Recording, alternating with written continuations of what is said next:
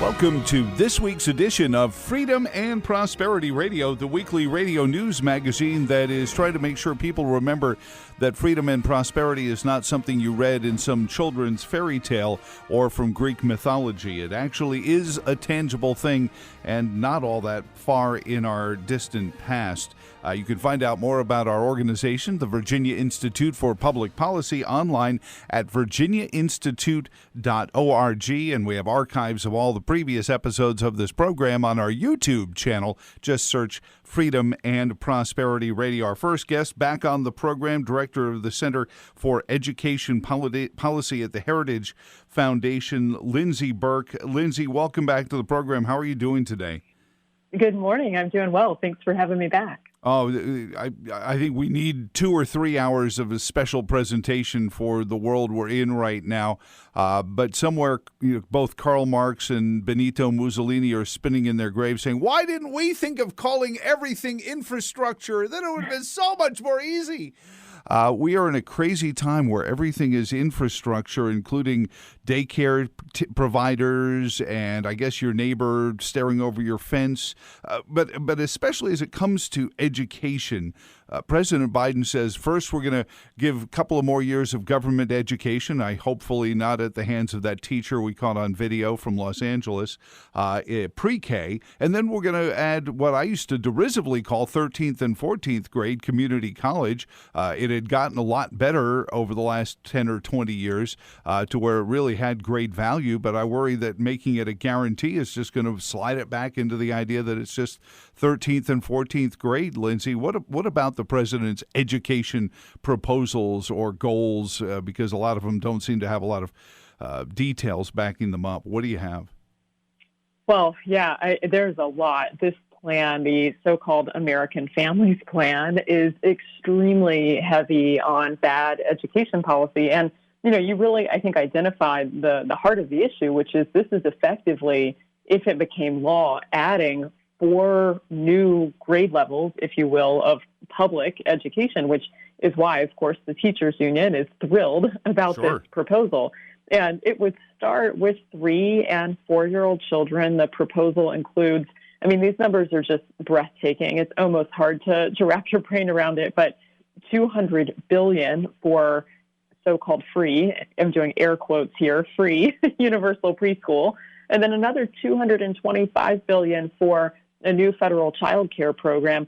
Both of those components, that's about $500 billion right there, but that would be in addition to a paid family leave program, which, the numbers on that are unknown at this point in terms of the long-term costs. So, yes, they are effectively pulling the K-12 system down 2 grade levels earlier, which is why it is a boon to the teachers union. And really, I think, preferencing center-based care over the family provision of care. That's why this is really anything but an American Families Plan. Of course. And in the long run, I think crowding out the private provision of care, which, of course, happens when private providers have to compete with so-called free government providers.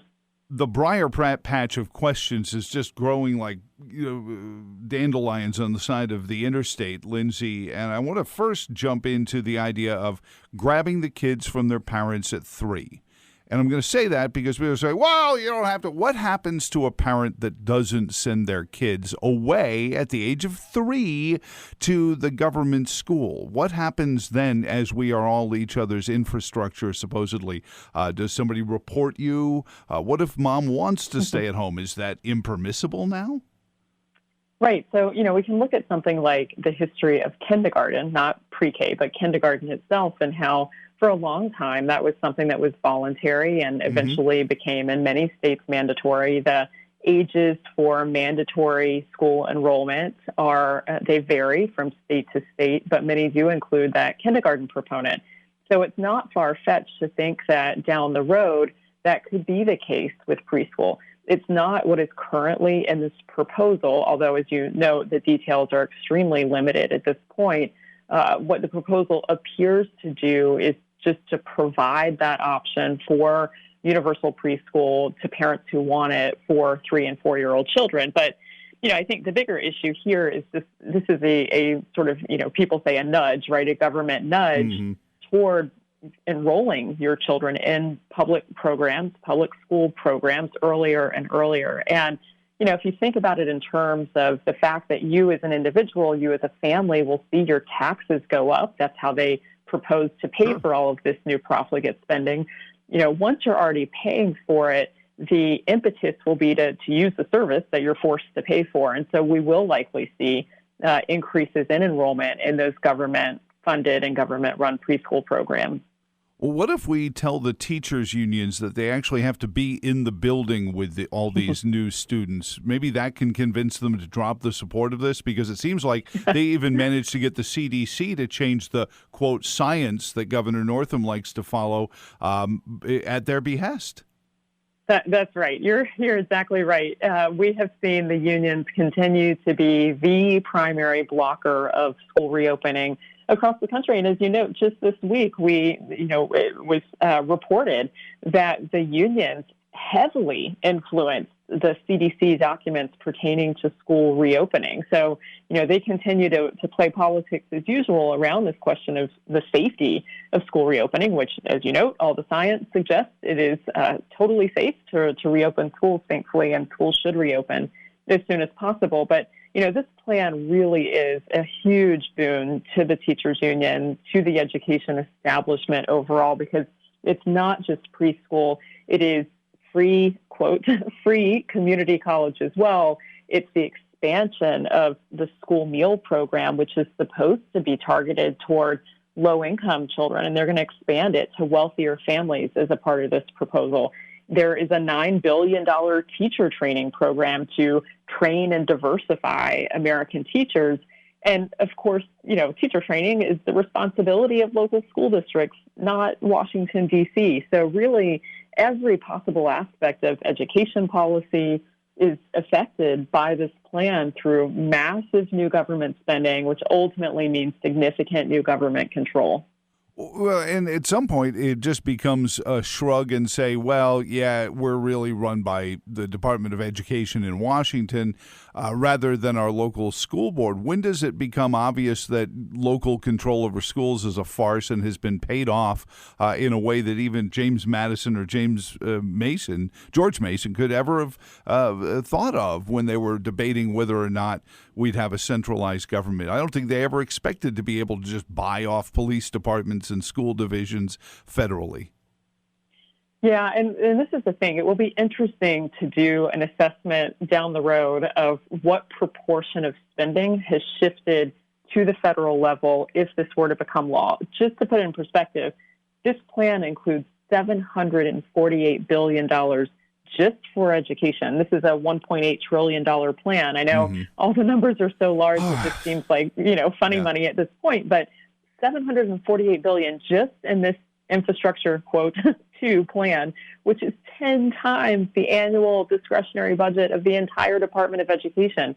And that comes on top of the first infrastructure proposal that they released a few weeks ago, if that were to become law.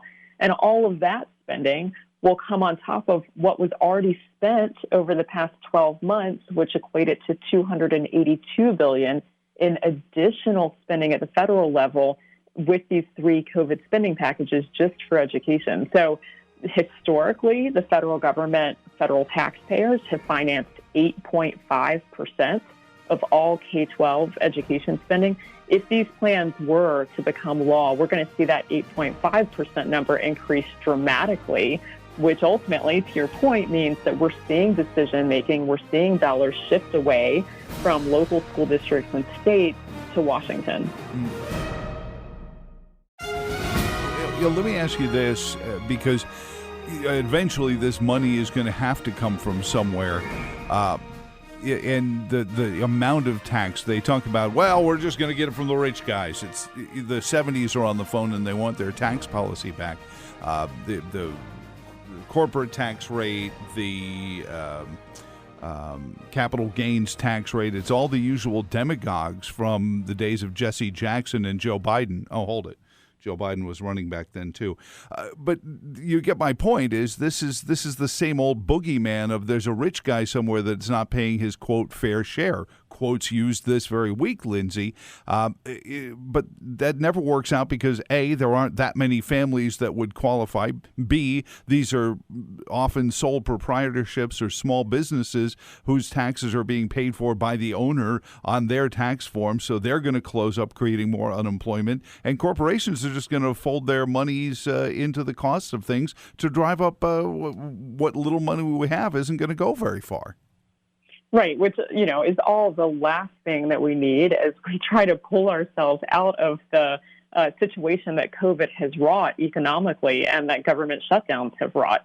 I mean, this was Margaret Thatcher's point, right? The problem with socialism is that eventually you run out of other people's money. And we're getting to that point very quickly with these spending packages.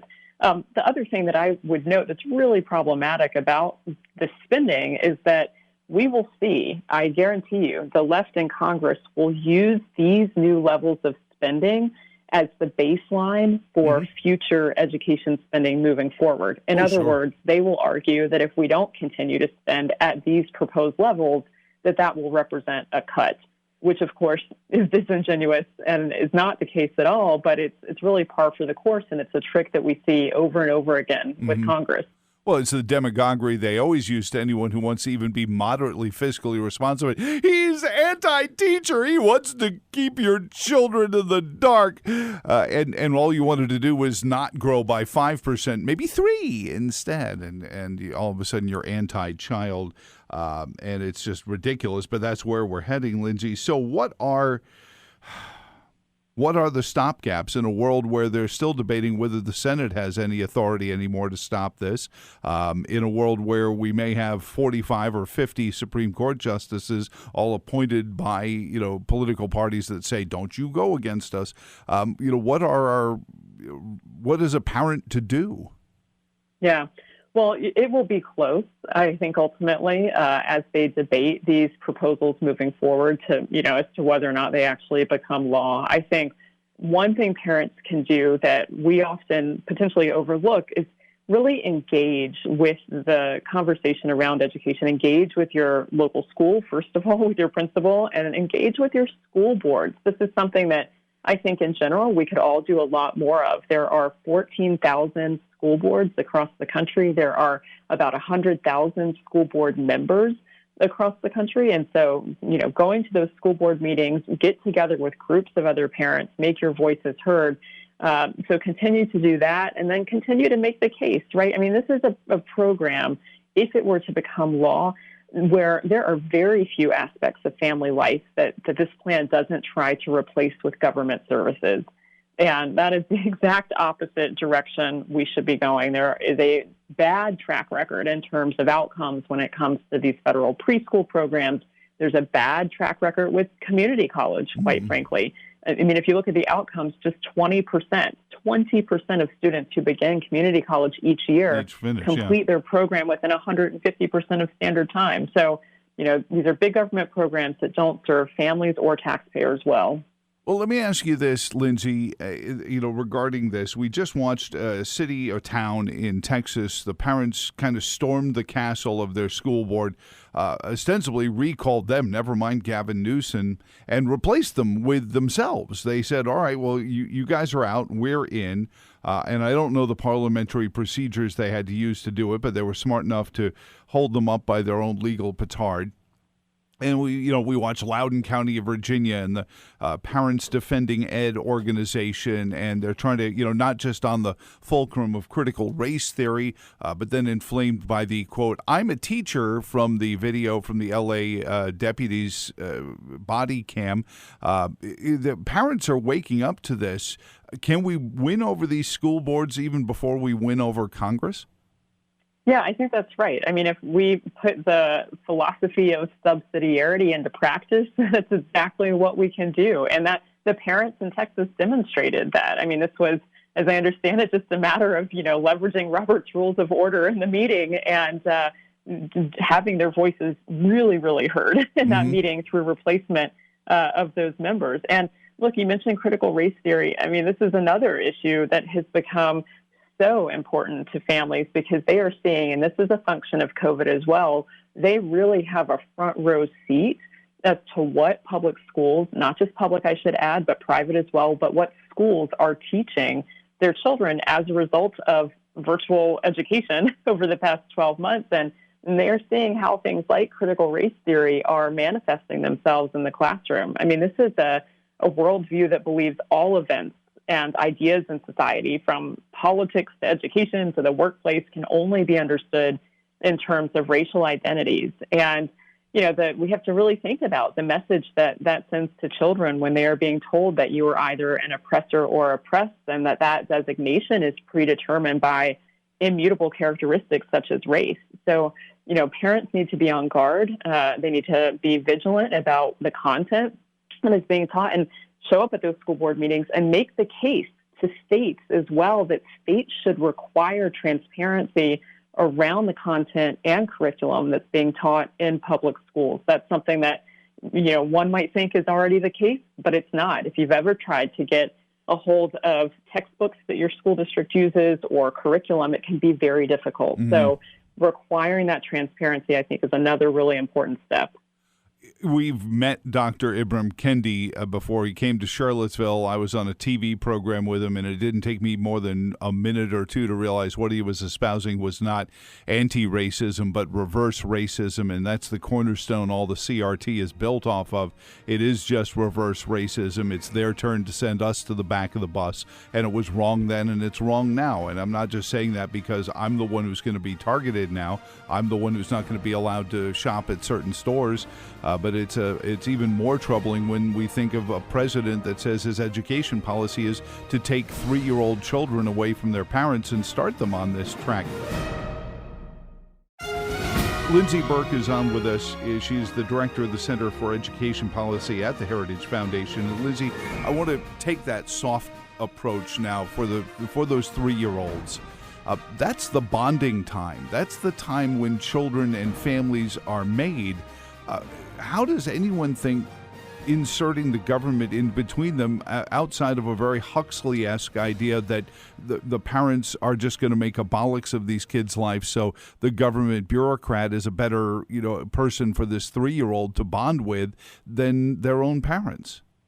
Right. You're absolutely right. I mean, a government preschool program can never come close to replicating that relationship between a family and their child, but particularly at those very early years. And we see this, not only is that intuitive, but we see it in the rigorous research around the effects or lack of effects around preschool programs. I'll give you one example, which is Tennessee has what is often cited as really a model pre-K program for low-income children. Proponents say it's the gold standard of preschool programs. They have really low child-to-teacher ratios and ostensibly high standards in the program.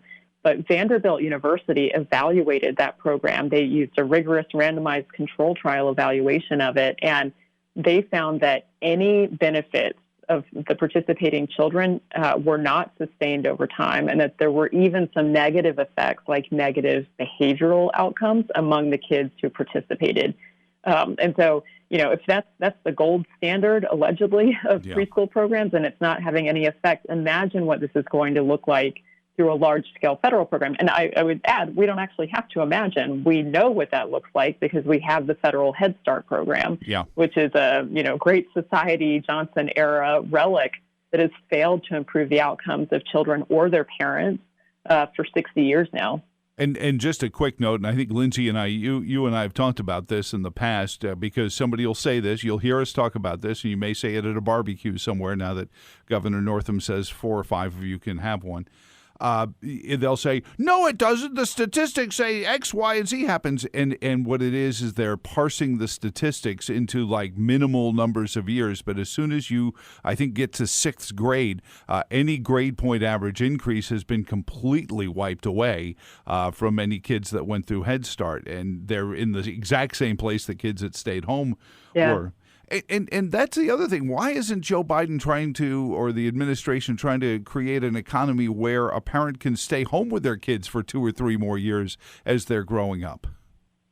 Right. And so to your point on the fade out effect, as it's called, it's actually all the research shows that the gains are gone completely by third grade. So even earlier, and they start to disappear by first grade, but they're completely gone by third grade. It's a good question. Part of this plan does include paid family leave, which is interesting, right? Because on the one hand, they're saying, oh, stay home through paid family leave. But then on the other hand, they're expanding these massive government preschool and child care programs that preference center-based care. Paid family leave has a lot of unintended consequences, too, when it's done through government initiatives. We know that over the past few years, nearly a decade now, that paid family leave offered by private employers, by industry, by companies across the country, that has just really skyrocketed from about 26% to about 55% now of companies offering paid family leave. Now, when the government steps in to do that, financed through taxpayers, that will disincentivize the growth of employer-provided paid family leave programs and ultimately end up providing a lesser option that is expensive to boot to parents who want it. So, again, this is the problem with large-scale federal policies, is that they always come with a host of unintended consequences. I'm going to play you a clip that actually has to do with climate change, but I think it dovetails into what you're talking about the paid family leave. Lindsey here, do we have the clip of a special envoy, exchequer, whatever his title is these days? John, I'm not talking to Iran. Kerry? If you take average teacher pay... No, that's Terry McAuliffe. Because the world as a whole is moving in this direction, because these companies have made this critical, long-term, strategic marketing judgment. So the power of these multinationals to drive climate agenda, and I think they're behind some of this as well, they don't want to have to pay paid family leave anymore if they can get governments like the governments overseas do, so it's off their shoulders. And I think that's a lot of what's pushing this, Lindsey, or am I just looking at shadows in the corner? No, I mean, I think that's the case, right? When taxpayers have to finance any program, including paid family leave, that many employers are already providing, it's going to reduce their incentive to do so. It will eliminate the benefits that those employers are providing for employees and will effectively require workers to use the lesser federal program instead.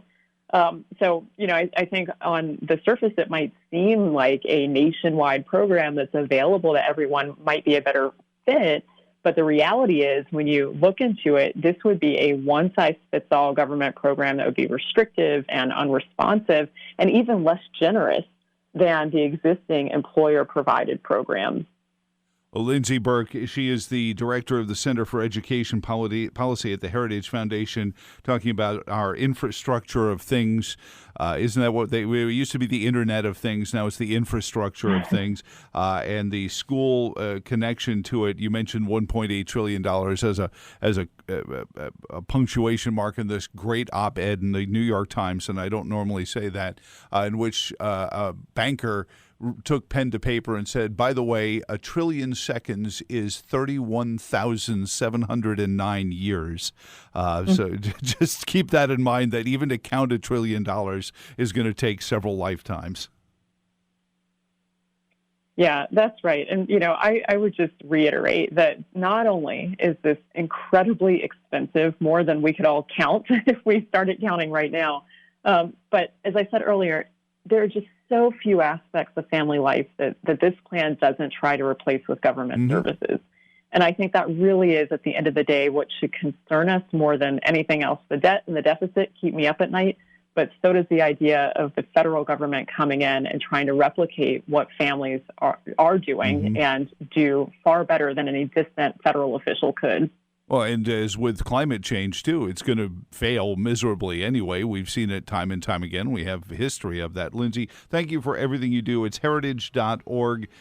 Keep up to date with everything there, and the Daily Signal, she's got stuff in there as well. Thank you so much for joining us this Mother's Day weekend here on Freedom and Prosperity Radio. Thank you for having me. Coming up next, Backing the Blue, Brenda Tillett bolster the blue. They've got their Freedom Fest coming up, and Stand Up Virginia is hosting an event with them. We'll get into that next on Freedom and Prosperity Radio.